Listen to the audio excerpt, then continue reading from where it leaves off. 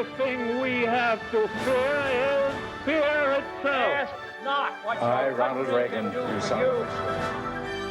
CBS News coverage of the inauguration of Barack Obama. From Capitol Hill, here is Katie Couric. And good morning again, everyone, on a magnificent day here in our nation's capital at an historic moment for our entire country.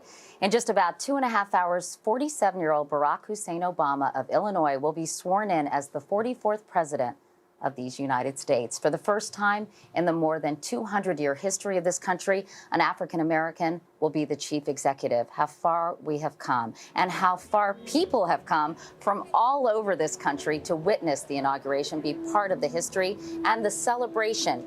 Here in the nation's capital, they are standing, as you can see, shoulder to shoulder from the Capitol all the way out onto the great National Mall, bundled up, by the way, because it is cold out there right now, about 20 degrees, but the wind makes it feel about 9 degrees. But hopefully the huddled masses are keeping each other warm. It's expected to be about 29 at noon when Mr. Obama takes the oath of office. Right now, though, he is attending church services at St. John's, and watching it all with me right here from our studio, CBS News Chief Washington Correspondent Bob Schieffer and Presidential Historian Extraordinaire Doug Brinkley. Gentlemen, good to see you on this very exciting day. And while Doug's a presidential historian, Bob, you've lived through more history than either of us so far, because you covered your first inauguration back in 1965. This is number 12 for me, and I've never seen anything like this. Katie, we were here before the sun came up. By 6:30 this morning, 6:30 this morning, there were already more than 100,000 people out on the mall. We're going to have over 1 million people out there. Now, the biggest inaugural crowd we ever had was Lyndon yours, Johnson, right? Not yours, in 1965. No, your first one. Our first one. This is going to exceed that. I think the story here today is going to be, we were talking about how big this was going to be. I think it's going to be bigger and a larger crowd than anyone anticipated. And not to mention, Doug was saying earlier about the people in their hotel rooms who are going to file out at that moment when he takes the oath of office, or shortly before that, or even to come out and watch the parade if they're along the parade route. It is pretty extraordinary, isn't it, Doug? Well, it's going to be a bragging right to say that I was in Washington, D.C. Even if you didn't see Obama, but if you were in Washington for the inaugural, it's going to mean something down the line. And I can't help but be moved, like everybody is, of what this means for the country. I mean, we talk about the word freedom and the freedom struggle, but think about it for the African-American community going through the Middle Passage to slavery, you know, through the Civil War and emancipation, Jim Crow, and then all the history of Booker T. Washington and Rosa Parks, Martin Luther King, and now you have Barack Obama being sworn in as president of the United States. It's an awesome moment in American history. You know, historians, apparently, according to the Washington Post this morning, say he is taking command of an office at its historic zenith. You know, a confluence of events that will make him perhaps one of the most powerful presidents in history. It's hard to predict an administration and how successful it will be, but he really is starting off things in an enviable position, isn't he? He is, and it reminds me of Franklin Roosevelt in March of 1933 in this regard. I mean, the economy was in tatters. Herbert Hoover was an unpopular president. President Bush is not very popular. And he was able to galvanize people with his speech, FDR, move the nation, you know, to have nothing, you know, to fight for all the civil rights and to start pushing forward the 100 days of the New Deal. And so you see echoes of that. But the interesting thing, Katie, is when we stop and think about it, our greatest presidents have always come to us during the worst of times. If history is any guide, the pieces are in place here for the making of a great president. He also has incredible goodwill backing him up. Something like 89% are feeling hopeful and optimistic about his administration, even 58% of supporters of John McCain. So it seems like he's got the support of the country. And of course, he needs to make political hay while the sun is shining, There's just right? this feeling of goodwill that has settled over this Capitol. Remember in 2000 when George Bush came here, there was this rancor that was left over from the dispute in Florida. Many were convinced he wasn't even a legitimate president at that point. There was back and forth between the Bush people and the Clinton people. They accused each other of trashing each other and all of that. This time it has all gone very smoothly. The president said, I want this to be good. I have never in a long, long time, Katie, seen the kind of spirit over this town and in this town that we're seeing today. It's remarkable. He has a very busy day. We should mention earlier today he left Blair House, which was really the official guest house of the White House. He and his family moved in there on January 15th, wanted to earlier, but it was booked, unfortunately, so they stayed at the historic Hay Adams Hotel. So they left Blair House, and then they're, of course, attending St. John's Church in Washington, D.C. It's known as the Church of Presidents. And then from there, he goes to the White House and has coffee with the Bushes, which in the past has sometimes been a little bit awkward, but they seem to have a good, healthy relationship, as we saw when the former presidents and President Bush and President-elect Obama all got together at the White House. I've never seen a transition that has gone as friendly as this one has been. Remember, the president invited the Obamas to come over to the White House.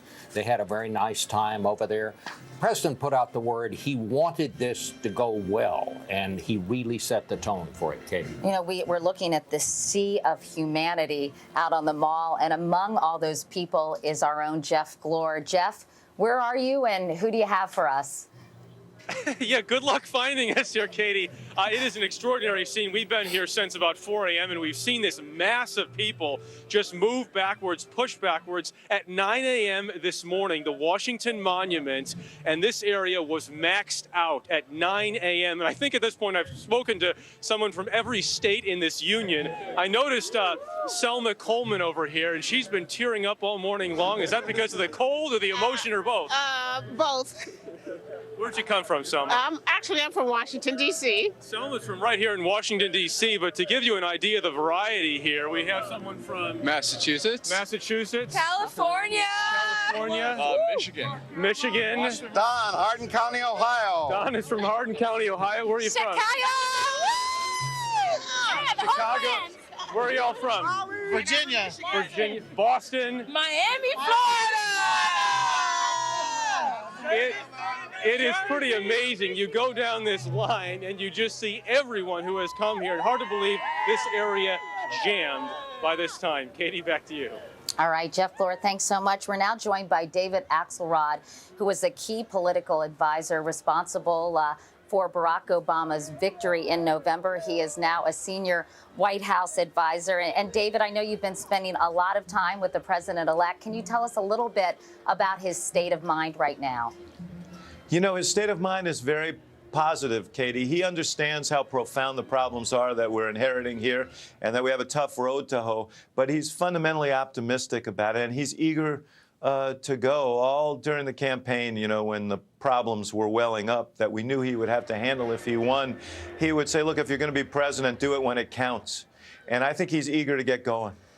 Let's talk a little bit about the speech writing process, if we could, David, because this is undoubtedly the most important speech, or at least one of the most important speeches of his political career. First off, how much pressure is he feeling about this particular address? You know, I think I mean, obviously everybody feels a bit of nervousness when they have to give the most important speech of their life. But I think he's very confident about it because he knows what he wants to communicate to the American people. And he sat down last weekend and essentially wrote this speech.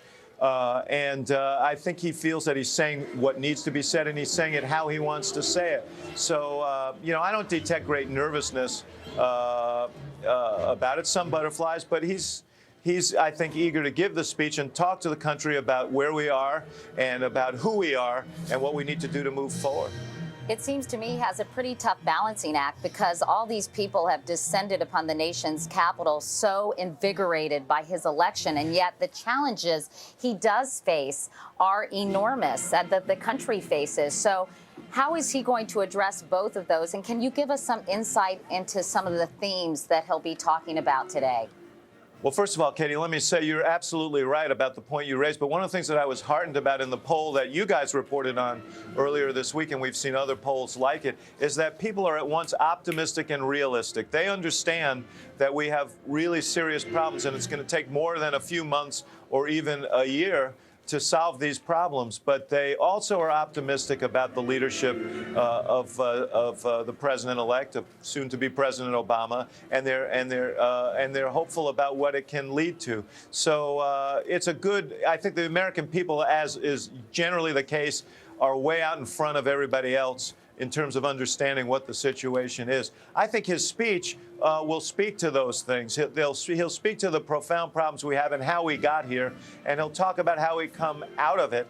And how we come out of it is to draw on that fundamental sense of responsibility, of shared responsibility that has been the history of this country whenever we've faced great trials. So I think you call it a balancing act, I think he'll achieve that. And he will be talking a lot about sacrifice and personal responsibility. Before I leave you, David, to enjoy the day and maybe talk to other journalists, what are your personal thoughts this morning? Because it must be pretty overwhelming for someone who's been so entwined in the life and political career of Barack Obama. Well, you know, I love the guy. I think he's at once an extraordinary guy and an ordinary guy. He's got gifts beyond anybody I've ever known, but he's also a very decent, down-to-earth person. And so I'm happy for him, but I'm proud of our country as well. To see all these people streaming here today with a sense of real investment it's a reaffirmation of these ideals that have really made us the envy of the world for 2 centuries. And to get in touch with that, and that the fact that he's helped unleash some of that, it's just an extraordinary thing to be a part of it, and I'm grateful to be here. Well, have a wonderful day, Mr. Axelrod, and thanks so much for visiting with us this morning. So appreciate your time.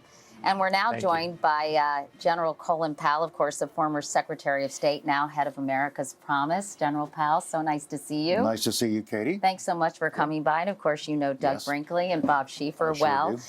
You know, until today, you were the highest ranking African American in the chain of command, but not anymore, General Powell. Believe me, I'm not the least bit disturbed by this at all. We now have a man who happens to be an African American, but beyond that, he's a qualified, capable, transformational figure. And that's why we elected him. And the fact that he's African American says so much about who we are as a people, as a country. And I think it has energized the country. It has energized the world. I mean, parades the night of the election, not only in Chicago and New York, but in Rio, in Berlin, in Obama, Japan. There is such a place. They're building a statue in it for him already. But I mean, the world is turned on because the world wondered, can America really do this? Aren't they too divided? Aren't they too ideologic? Can they really pull something like this off? And we said to the world, yes, we can, and we did. Were you surprised that this happened in a way, General Powell? I mean, it almost seems as if Barack Obama, you know, came out of nowhere and then captivated the entire country. Are you surprised that this has happened in your lifetime? I am surprised, and I'm deeply pleased that it has happened in my lifetime. But he did sort of come out of nowhere. But what did he come out of nowhere with? A sense of optimism, a sense of self-confidence, but not overconfidence, and a belief in the basic ideals of this country. And what he did was he ran a campaign that was almost a military operation in terms of its efficiency and its dogged determination to achieve a goal. And he said to all Americans, let's come together. As he said so often, it's not a red state or a blue state thing. We're all in one country.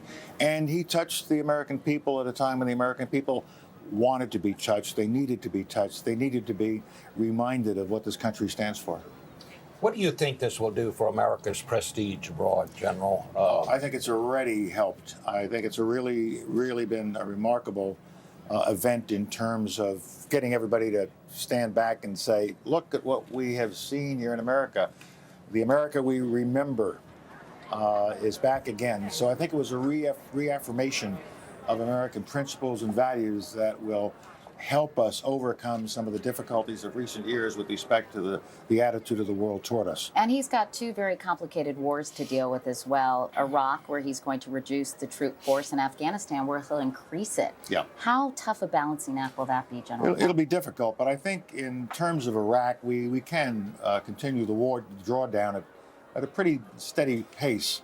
And the Iraqis become responsible for their own future, their own destiny, with our help. Afghanistan, I think, is a far more difficult task. Still a tribal society, still a very poor country. Its government is not functioning as well as we would like to see it function. Corruption is a problem. You got the situation of Pakistan next door, and you have the drug problem, which I think can destroy any country if it's not brought under control. So additional troops will help. But we need more than just additional troops. We need a government to start functioning more effectively than it is now. We need to do something about the Pakistan side. So that's going to be his challenge. And it's a military, political, diplomatic, and economic challenge. Well, as we watch his administration unfold, we hope that you'll help guide us through some of these things, General Powell. Well, I will be around. Well, it's very nice to see you. Nice Thanks to so see you, much Katie. for coming My by. pleasure. And as I said to David Axelrod, enjoy the day. Well, let's all enjoy this wonderful day. But let's also remember we've elected one man, and this one man's going to need a lot of help. And all of us have now got to support our new president and do what we can in our own communities, in our own homes, in our own businesses to fix the economy and deal with the problems. Let's help President Obama be one of the greatest presidents we've ever had. But Let's we all have to help him. us, right? He As Jerry helps us, we Maguire would help say. him. Exactly. All right, hopefully you can stay with us for a few minutes in our warm, toasty studio. We're going to go to a break. We should just let you know that the service at St. John's Church, which is known as the Church of Presidents, is about to end, and we'll be back with much more on the inauguration of our 44th President of the United States, Barack Obama, right after this.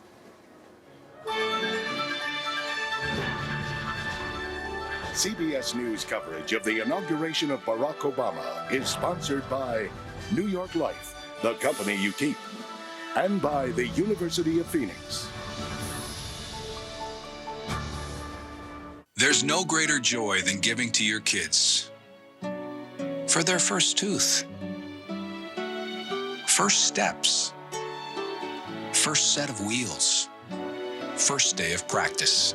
But only one gift protects a lifetime of firsts. Life insurance from New York Life ensures your loved ones will always be taken care of. With 163 years of financial strength, it's the most selfless gift you can give. New York Life, the company you keep.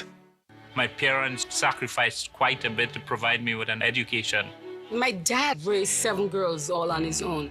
My mother raised 4 of us by herself, and she wanted us to go to college. My mom got to 9th grade. I think my dad just finished high school. My father always wanted to have his degree, but never got to that point. I was the first in my family to graduate from college. But I won't be the last. My name is Michael. Maria. Chitram. Sheffin. And I am a Phoenix. A traction control system that monitors wheel slip 6,000 times a minute is smarter. Suspension that can self-adjust to changing roads is smarter. A 7-speed transmission that improves fuel efficiency is smarter. All of this in a smaller SUV, that's just brilliant. Introducing the all-new GLK, starting at $33,900. I lost 45 pounds on the Nutrisystem program. We're very busy. We take care of our kids, our parents, our coworkers, our neighbors, our community. And you have absolutely no time left to take care of you. That's why Nutrisystem is perfect. Introducing the all-new Nutrisystem with flexible new programs personalized to meet your individual needs. And now more food choices than ever, featuring 80 wildly decadent new recipes. The new pizza, oh, killer. And Nutrisystem is healthy weight loss. Order your first 4 weeks of food now and get an extra 28 meals absolutely free. Plus, lock in these low prices for all of 2009, and your shipping is free. 8 years to put it on.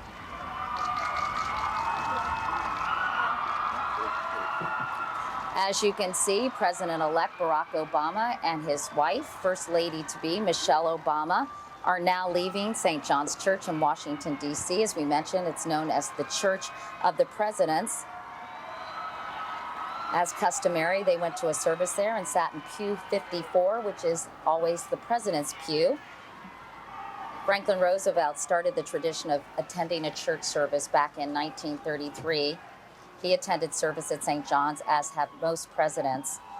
But there have been some deviations. As recently as 93 and 97, Bill Clinton and his family attended the church service at the predominantly African-American Metropolitan AME Church. And now they are off to the White House to have coffee with the Bushes. And they'll be doing that in the Blue Room of the White House. And while we're watching him and in his motorcade take off for the White House, actually no motorcade yet, right? Well, let's just talk to General Powell for a few more minutes because I know he has places to go and people to see. But we were talking about this really stunning display of bipartisanship that Barack Obama has exhibited before he has even taken office by reaching out to Republicans. He had a dinner with conservative writers. There were a series of dinners last night honoring you. One was honoring you, General Powell, the other, Senator McCain, and the other, Joe Biden. Right. Have you been struck by this, and do you think it's working? Very much so, and I think it is working. He made it clear throughout the campaign and since the election that he was going to be a president of all the people, and he was going to try to bring everybody together. And he reached out to the conservative columnists, and he also met with liberal columnists. We don't forget our base. And last night there were 3 dinners in Washington, one honoring me, and I was touched, and both Vice President Biden and President-elect Obama came to it. But I think the real dinner last night was the one for John McCain. There were 3 dinners, but the big one was for John McCain. And for President-elect Obama to reach out to his opponent in a manner like this, and more importantly, for John McCain to say, yes, I'll do it. And for the two of them to be there last night, I think was part of let's come together and try to solve the nation's problems. Now, bipartisanship is very, very important, but we must not forget that our country is founded on partisanship. Our founding fathers intended for us to fight and argue and shout and scream at each other, but they also intended for us to find ways to compromise and create a consensus so we can move forward. And so there will be partisanship, but let's hope that the two sides come together and find compromises that will lead to consensus. I couldn't help but notice you said we can't forget our base. I thought you were a Republican, General. I am a Republican, but everybody has a base, and in this case, I was referring to the president-elect. All right, let's go to Bill Plant because he's actually outside watching the motorcade as it arrives at the White House. Bill? Hey, guys, stand by. Bill Plant, can you hear me? We're about to watch Barack Obama come through the northwest gate of the White House and pull up to the north portico. His motorcade has been moving from the church. There are a number of cars in it. Here comes the new presidential limousine with the Obamas inside. There are 2. It's the second car. And we'll see them get out. We'll see the Bushes come out to greet them on the north portico. They're going to have, obviously, a very cordial coffee. You might notice, if you can see that limousine as it goes by, there's no presidential seal yet on the door. But there is an indentation in the door where that seal will go when he rides back in the parade. They'll have coffee in the Blue Room, as you said. There's a group of people out there waiting. The Bushes will step out shortly to greet them. And we expect this to be a very cordial time. We know that the Bushes took one last lap around the South grounds earlier this morning. And traditionally, the last thing they do is greet the staff and say goodbye before they leave, because when the Bushes leave here in an hour or so with the Obamas to go to Capitol Hill, that will be the last time they are in the White House. They'll take off in a helicopter from the East Front, perhaps circle once over it, then go to Andrews Air Force Base. This represents the beginning. It's a tradition that goes back to 1877 when President Hayes, I think it was, went to the White House to meet with his predecessor and to enjoy a coffee before going up to Capitol Hill. Bill, it's Katie. Can you hear me? Yeah, Katie. You know, President Bush is leaving the White House with a historically low approval rating of 22%. There we see Vice President-elect Joe Biden and Dr. Jill Biden. She has a PhD coming out of their car to go into the White House. They'll be driving separately up to the Capitol with Vice President Cheney, who we should mention, by the way, is in a wheelchair. Apparently, he pulled a groin muscle when he was moving boxes to McLean. So that's a drag for Vice President Cheney to have to be in a wheelchair today. But you've covered the Bush administration, Bill, and I'm just curious what you think about President Bush's state of mind today and how he's feeling. It must be quite bittersweet for him. You know, Katie, you would expect that anybody in the situation he finds himself would be almost depressed. But we don't see that. If he is, he hides it very well. He seems to have adopted the view that history will judge him and that he's not too particularly worried about what we think at this point. When we talk to him occasionally, most recently, I think a couple of weeks ago, just a casual conversation, he seems quite accepting. and he seems quite ready, I must add, to leave here. I think he believes that his work is done, and I think he'll be very glad to get home. We should mention, Bill, as we're watching the Bushes greet the Obamas, Michelle Obama has come bearing gifts. We're not sure what she has brought for Mrs. Bush, but there are warm welcomes between the two of them. And as you said, they have a cordial relationship. And in fact, the Obama transition team credits President Bush and his staff with the smooth transition, or say they are partially responsible for how well things have gone so far. Such a difference, and I think probably one of the reasons that this has happened is because there was so much friction between the Clintons and George Bush and his staff when they first came to Washington, Katie. And I just have to ask General Powell, as the former Secretary of State under President Bush, how you feel watching this outgoing president.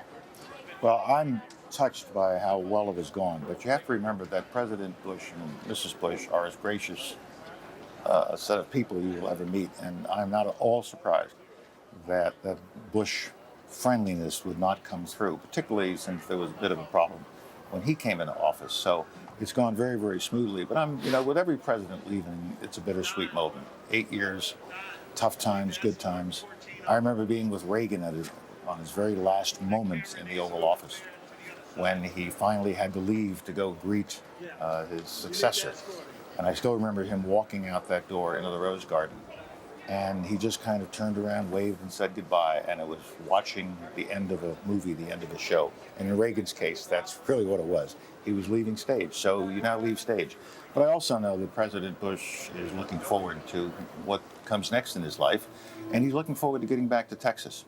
And we, of course, wish him all the best, he and Mrs. Bush. You've had some severe ideological differences, though, with the Bush administration, and I'm just wondering if you can put that in perspective for us, General Powell, in terms of how it might manifest itself in your feelings about this major change in power. I wouldn't call them severe ideological differences. We had differences of view as to how to approach certain problems, but for a large part of the work we did, we were all in unison. We knew what we were doing. Expansion of NATO, HIV/AIDS relief, helping Liberia, a lot of things, improving our relationship. Mainly on Iraq, I guess. It was Iraq, and it was not so much going into Iraq. I supported the war, no matter what people might think I did. I supported what the president did, but I had serious problems in the way in which we did it in the aftermath, and I thought we didn't handle that well.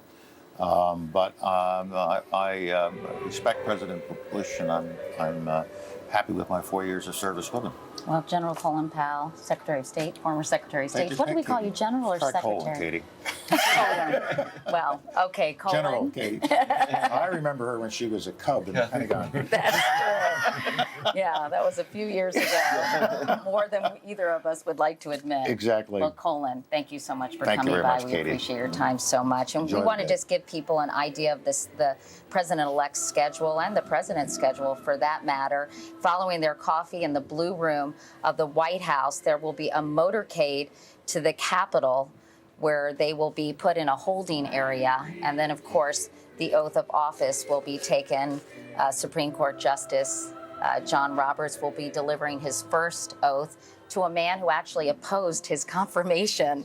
So I think they've made amends there, because there was a visit to the Supreme Court by both President-elect Obama and Vice President-elect Biden last week. So hopefully that won't be awkward at all. But Jeff Greenfield, who really is sort of a presidential historian in his own right, Doug, with all due respect, Yes, he is.